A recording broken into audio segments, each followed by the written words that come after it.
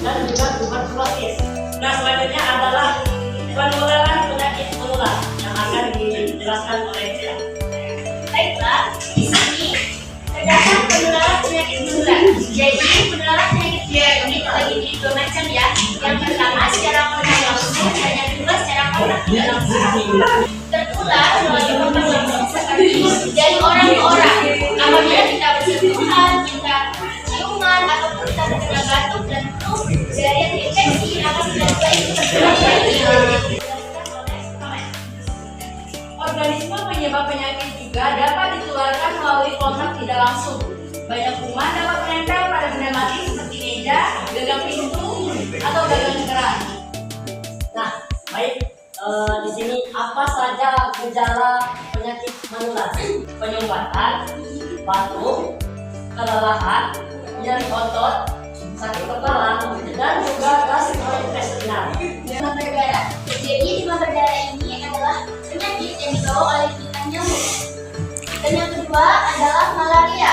Malaria ini sama dengan demam berdarah karena dibawa oleh gigitan nyamuk. Bedanya malaria ini lebih fatal penyebabnya karena ketika nyamuk menggigit, nyamuk itu akan menyebarkan virus kepada sel darahnya tubuh manusia.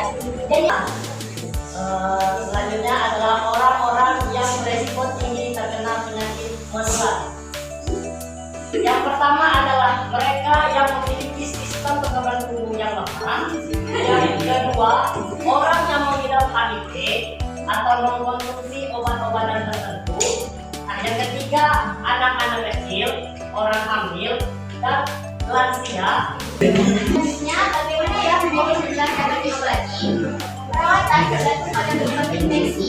Infeksi bakteri dapat diobati dengan antibiotik. Kalau misalnya kita terkena flu, dokter akan menyarankan atau menghasilkan obat seperti Tamiflu pada pasien yang terkena flu. Nah, di sini ada beberapa hal yang dapat kita lakukan untuk mencegah penyakit menular, seperti mencuci tangan pakai sabun, memberantas jentik nyamuk, menggunakan air bersih untuk keperluan rumah tangga, mengkonsumsi makanan gizi seimbang, melakukan aktivitas fisik setiap hari, menggunakan jamban sehat, menjaga dan memperhatikan kesehatan reproduksi, serta mengupayakan kondisi lingkungan yang sehat. Nah, dari materi kita hari ini, ada yang ingin kakak-kakak sekalian tanyakan? Boleh kakak? Boleh perkenalan diri dulu? Ya.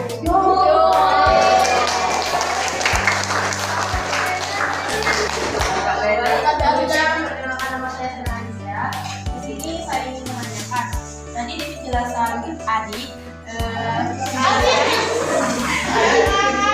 menjelaskan bahwa orang yang berisiko tinggi untuk terdapat penyakit menular yaitu orang yang tidak melakukan vaksinasi terhadap penyakit menular umum. Nah, pertanyaannya itu apakah melakukan vaksinasi itu sudah termasuk hal yang bisa mencegah kita mendapatkan penyakit menular?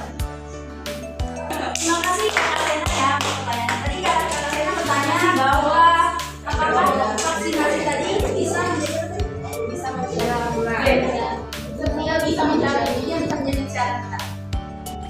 Oke, di sini saya akan menjawab ya. Mungkin vaksinasi tidak akan menjamin seutuhnya, tapi dengan vaksinasi kita dapat mencegah terlebih dahulu agar tidak terjadi sesuatu yang tidak kita inginkan ya.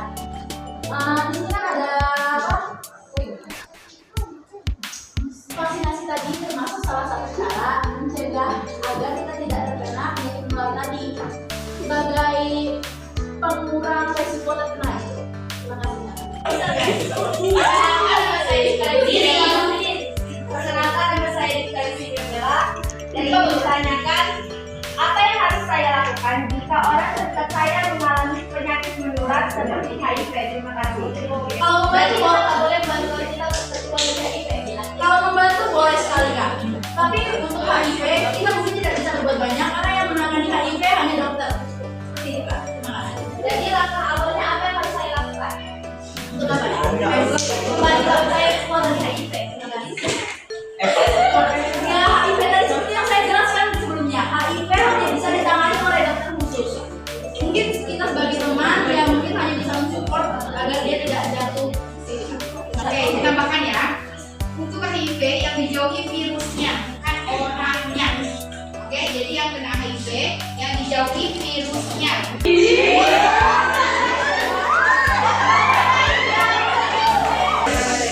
Tidak percaya ini menanyakan tentang perbuatan tentang orang yang berisiko tinggi terkena penyakit menular.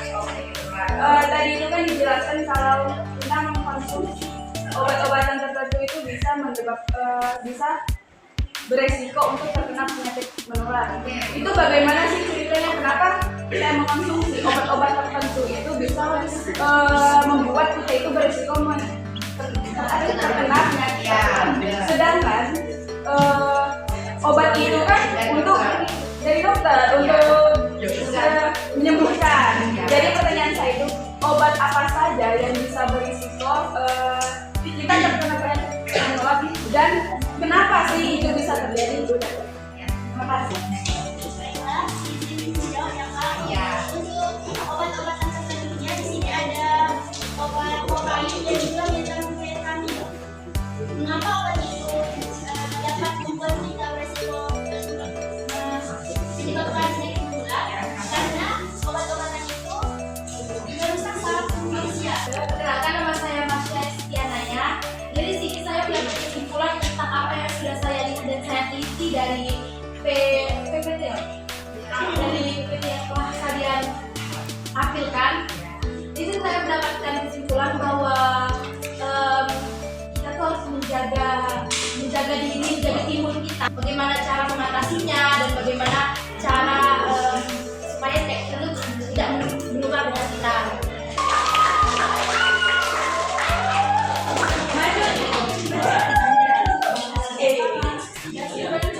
Kembali lagi, kita sendiri yang harus mengontrol diri kita agar terhindar dari penyakit menular. Saya harap kita semua dapat terhindar dari penyakit menular bagaimanapun bentuknya, supaya tidak terjadi hal-hal yang tidak